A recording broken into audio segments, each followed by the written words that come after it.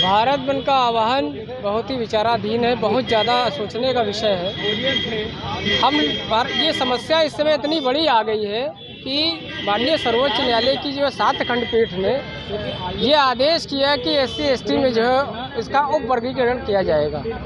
सबसे पहले ये पूरी तरीके से असंवैधानिक है। कारण क्या है कि जब भी हम कोई बड़ा डिसीजन लेते हैं तो डिसीजन से पहले हमारा SC कमीशन है, हमारा ST कमीशन है और जितने भी बड़े वर्ग के लोग होते हैं उनको बुलाकर उस पर बातचीत होती है। उसके क्या कॉज है, उसके क्या मतलब नुकसान है, क्या उसके फ़ायदे हैं, किस तरीके से हो सकता है, किस तरीके से नहीं हो सकता है, तब जाके कोई डिसीजन लेना चाहिए। और एक बहुत ज़्यादा विचाराधीन बात है, सोचने का विषय है कि अगर बांटने की बात राजनीतिक अगर आदमी कोई बांटने की बात करे तो समझ में आता है कि एक राजनीतिक आदमी है, वो जो है समाज के अंदर बांट के वो अपना हित साध रहा है, ये तो समझ में आता है। लेकिन भारत की सर्वोच्च न्यायालय अगर बांटने की बात करे तो ये एक बहुत बड़ी सोचने का विषय है कि अगर न्यायालय हम लोग को बांटेगी तो ये तो पहले से सब बांटने के लिए बैठे हैं। और एक बात ये भी है कि जब हमको 15% आरक्षण जो है ST को मिलता है, 7% जो है 15% SC को मिलता है, 7% जो है ST को मिलता है और 27% जो है क्या कहते हैं OBC को मिलता है, 2% जो है इनको मिलता है क्या कहते हैं कि माइनॉरिटी को, तो 49.5% हो गया।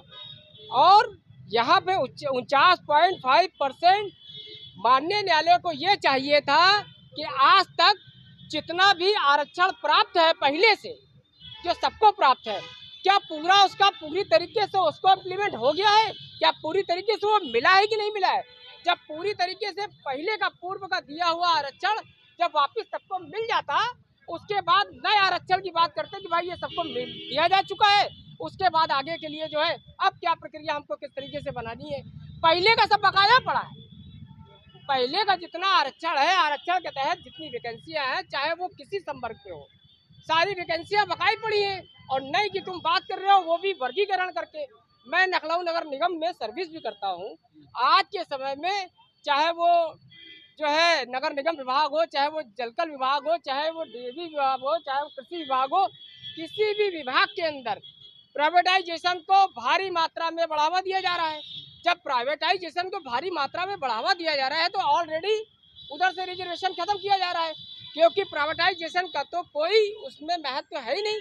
सरकारी विभागों में प्राइवेटाइजेशन का कोई मतलब नहीं है, तो उसको लाने के मतलब पहले तो प्राइवेटाइजेशन के तहत उसको भर रहे हो और उसके बाद अब इसके तहत जो है तुम 49.5% में जो है एक तो पूरा दिया नहीं और उसके बाद जो दिया है तो उसका उप वर्गीकरण कर रहे हो। और अभी जो यहाँ की 85% जनता है, SC ST OBC मिलाकर 85% है लगभग, और जिन लोगों को जो है जो 15% है, 15% को मिल रहा है पूरा 60%, और जो यहाँ पर 49.5% है उसको मिल रहा है जो है जो यहाँ पूरी तरीके से 80% है। धरना दे रहे हैं, क्या आप किन विषयों पे दे रहे हैं? यहाँ पे आज भारत बंद का आह्वान किया गया है, जो माननीय सर्वोच्च न्यायालय ने आदेश दिया है और रिजर्वेशन के अंदर जो रिजर्वेशन की व्यवस्था किया है मेन तो वो है। इसके अलावा जो लिटरल अभी अपॉइंटमेंट कर रहे हैं बिना इंटरव्यू के, बिना किसी प्रीलिम के, बिना मेन के, लिटरल एंट्री अब सरकार ये कह रही कि ये पहले से हो रहा है।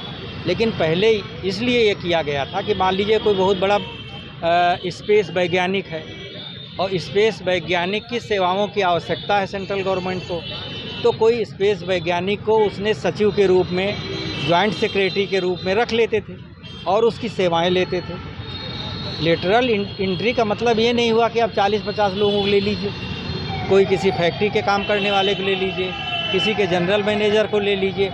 और अगर ऐसे करना है तो फिर UPSC में बच्चे जो तैयारी कर रहे हैं उसका क्या मतलब हुआ, और आरक्षण बिल का बिल्कुल उसमें ध्यान नहीं रखा जाता है। तो जो इस तरह की चीज़ें हैं, एक तरह से जो आरक्षित वर्ग है उनको आपस में लड़ाने का आप देख ही रहे हो ना कि यहाँ पे मुसलमानों को के लिए क्या हो रहा है और आरक्षित वर्गों के लिए अब रही कोई कसर है जो माननीय सर्वोच्च न्यायालय ने कर दिया, आरक्षण के अंदर आरक्षण। अब उसमें होगा क्या कि मान लीजिए कोई ऐसी कौम है जो बहुत माइनॉरिटी के शेड्यूल कास्ट में, उसके लिए पद आरक्षित कर देंगे। योग्य अभ्यर्थी मिलेंगे नहीं, नॉट फाउंड करेक्ट करके उसको एक जनरल से भर देंगे। अभी भी आप देखिए, इतने दिन देश स्वतंत्र रहने के बावजूद कोई भी पद भरा नहीं है आरक्षण का। चाहे जो पद ले लीजिए, चपरासी से लेके IAS तक सब पद खाली पड़े हैं। क्यों खाली पड़े हैं? इसीलिए खाली पड़े हैं कि उसमें कुछ न कुछ निकाल के और किसी न किसी तरह से उनको ना भरना पड़े, ये व्यवस्था सरकार की चल रही है। इसी के अगेंस्ट आज जो है भारत बंद का आह्वान किया गया है।